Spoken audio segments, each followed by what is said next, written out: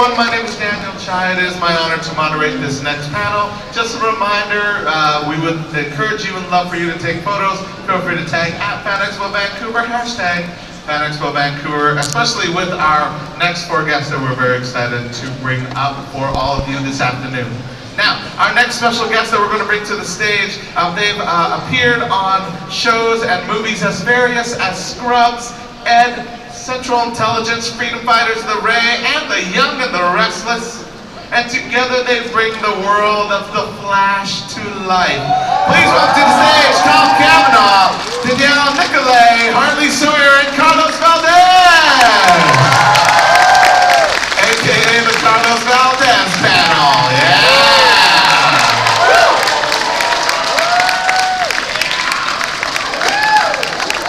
So many of them. Well, just a few now. Okay,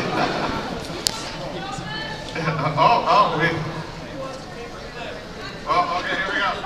All I can say is, if the Flash cast is known for anything, the fact that so many of you have gotten out these mini donuts and anticipated our needs beforehand, I think as a reputation you could do a lot worse as being a group of people that cater to mini donuts. So we collectively thank you.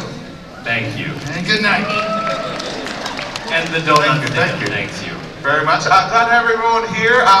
Love how many people are here and in Flash outfits, Flash t-shirts. Hartley, do you want to jump in here? What are we talking about? Flash question? I thought we agreed no flash. No Flash question. Zero Flash We'll talk about questions. anything except the Everything and anything, Okay. no Flash questions. Where are you guys going? No, don't leave. One more thing, what's this panel to be referred to as? The Carlos Valdes Carlos Valdes panel. panel. Thank you. Welcome to the Carlos Valdes Welcome to the first annual, perhaps biannual, maybe weekly Carlos Valdes Weekly panel. Hashtag Carlos Valdes panel, get it trending. You know what, I'm going to lean into this then.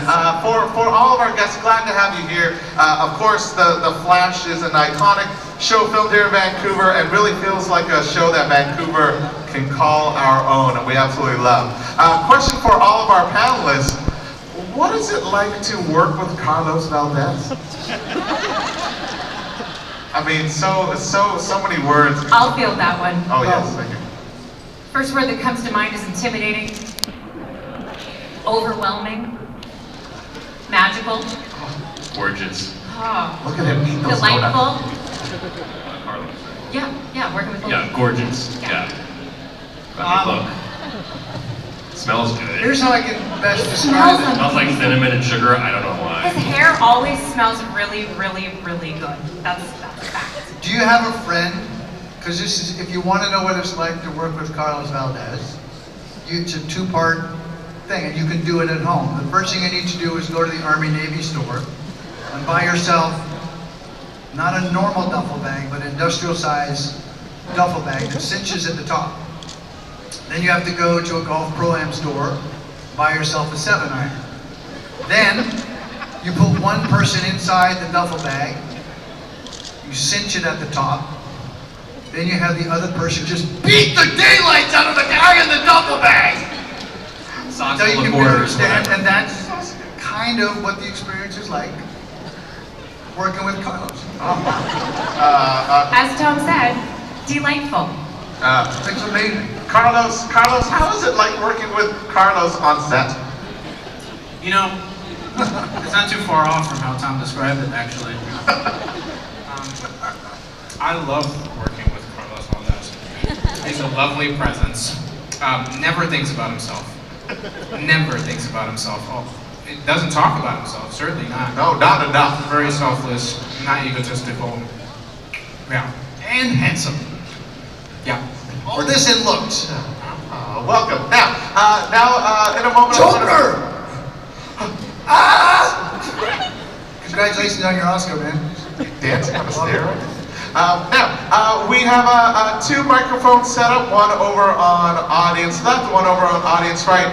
We would love to get through as many questions as we can, so feel free to line up over here. I'm going to pass the microphone over here as well, but I'll be here to help guide our questions. Makes sense since we are here at Fan Expo Vancouver on the Carlos Valdes panel, aka the Flash panel. Let's start off over here with the man, the myth, the legend himself. Let's over here with the Flash. Hey, Flash. Hey, so, hi. I have two questions. My first question is for all of you, and then my second one is for Danielle.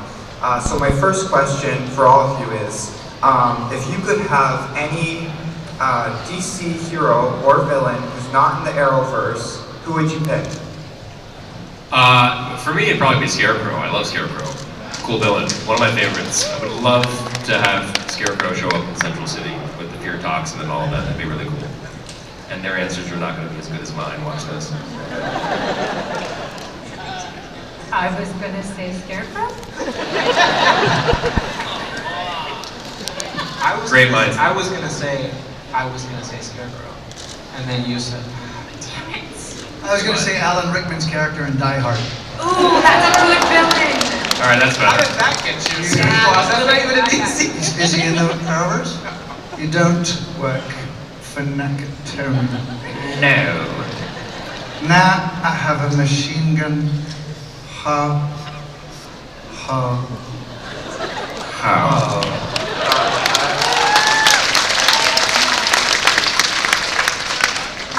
And my second question for Whoa, hurts! Needle drop. Danielle, is in 2016 you were in Central Intelligence. How fun was it working with Dwayne Johnson and Kevin Hart? It was the time of my life. Not as good as working with Carlos Valdes. Better. For the record. Better. Los A has more muscles than The Rock does, and B, comedy stylings put Kevin to shame. Far richer than both of them. Yeah, no, it was amazing. The Rock is every single thing that you think he is, and more. He's sweet and kind and really hilariously funny. And it was the third time I think that Kevin and I have played husband and wife. I feel like we finally nailed it. And yeah, when we potentially do the sequel, I intend to wear heels and be taller than him. Thank you very much. Thank you. Thank you. I have a question, and we have some donuts for you. So wonder, like, Yes! amongst you guys. We each get our own bank. Now that all of the shows are on the same universe, are on the same Earth, who are you hoping just pops into your show sometimes? Character-wise or actor-wise? Actor-wise. Oh, actor-wise too. But yeah. Ooh. So many options. I can say, because these guys know this, I don't even know who is on any of these shows. So if they're fortunate enough to come over on The Flash, great. Otherwise, I'm fine with Carlos Valdes. 100% all the time, 24 hours, Carlos Valdes. I co-sign that. Yeah, that's a tough one. I mean, I'm gonna have to say Carlos Valdes. Right. Yeah. Thank you. Perhaps Carlos Valdes could play more than one character. And then it would be like getting a whole additional Carlos Valdes on the show. What if he played Cisco and then he played a character named Carlos and then he played a character named Valdes? Oh my god, that'd be amazing. Like Cisco, Carlos, and Can Valdes be the bad guy? Next question. Obviously.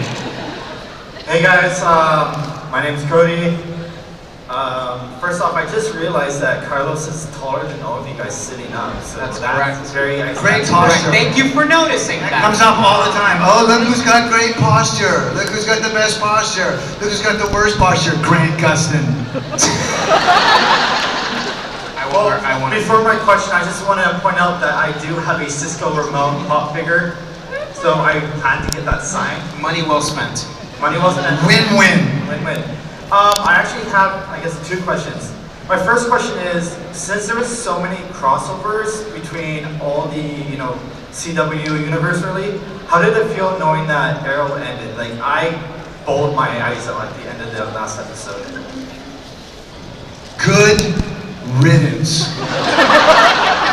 More airtime for Carlos Valdes. That's how I thought. Smattering. Very definition of smattering. Is he serious? Wait, really? That was a great question. Next one. My next question was actually related to the question that lady asked. And how cool was it knowing that CW pretty much rebirthed all the, or as I would call it, the DC rebirth, because they did in the comics, all into one like Earth. How cool is that? I think it's cooler in theory than in practice, because now it feels feel a little claustrophobic, A little cramped, maybe? yeah, a little cramped, exactly. So I don't know. Yeah, I don't know how it's gonna go down sharing the limelight with anyone other than Carlos Valdes. All right, thank you. Yeah. I have a question for the one and only Carlos. Yes. How does it feel to be back playing as Five on Crisis? For Carlos, it was great. Like I enjoyed wearing that suit and gaining weight since the last time I wore it. So now when I like putting on the pants, it's like I get a little punch that just like spills over the belt line. You know what I mean?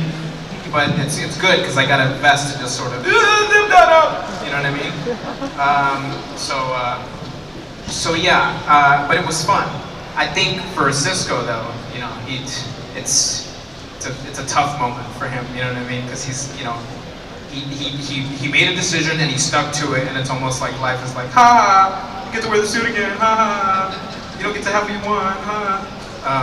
So yeah, I don't know. And my other question is, what was it like filming Crisis with What's with the 2 questions per?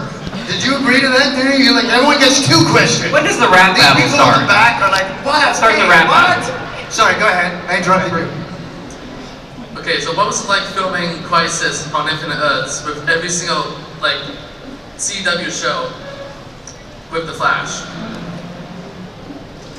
Expensive. Very expensive, logistically a huge undertaking, and I thought they pulled it off really well. I mean, I wasn't there a ton. It was super fun for me to be in the same space as some of those people. Really, really great. Actually, we had Tom, you were there. We had a really great day. Yeah, in all honesty, there's so many really good human beings that work on these shows, and the actual day for us is like Danny's needed on Supergirl in the morning, and then Hartley's got to come from Legends over to our show, and then Carlos will be back. We only have 2 hours before Carlos has to go and do Arrow, and it's kind of a little crazy. I don't know if you've ever been to Saturday Night Live, but where the cameras are whipping around, they got to get ready because the commercial break's coming back, and it feels a little bit like live television because everything is moving. There's a lot of moving parts, and the directors are trying to give one of the most finished products possible to you people, and yet they're hampered in ways that normally we're not. A director is just on the Flash set and has 8 days to shoot the show, but in this instance, they have like maybe 1 hour to get one of the more iconic scenes. When I think about Stephen dying, and there's so many of us were hanging out around that thing, and they had to get people off the clock and get them to other shows, and yet at the same time, you wanted to serve this real crazy moment. And so, for us, I think I enjoy the energy of that. You either have to embrace it, like Hartley was saying, or not. And if you do, you get to spend time with people that you don't get to see, Brandon or Katie or Steven or all these people.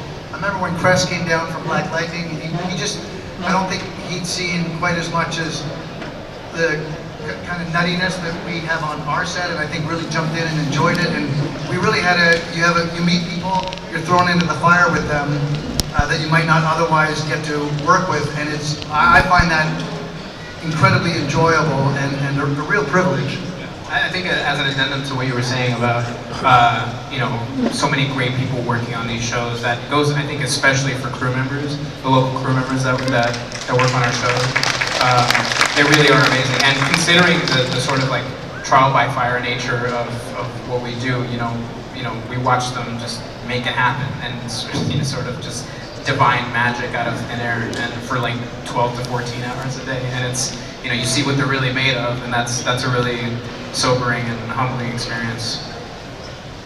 Thank you. Thank you very much. And excellent point, Tom. We still have lots of time for all of our questions, but there are lots of questions coming up.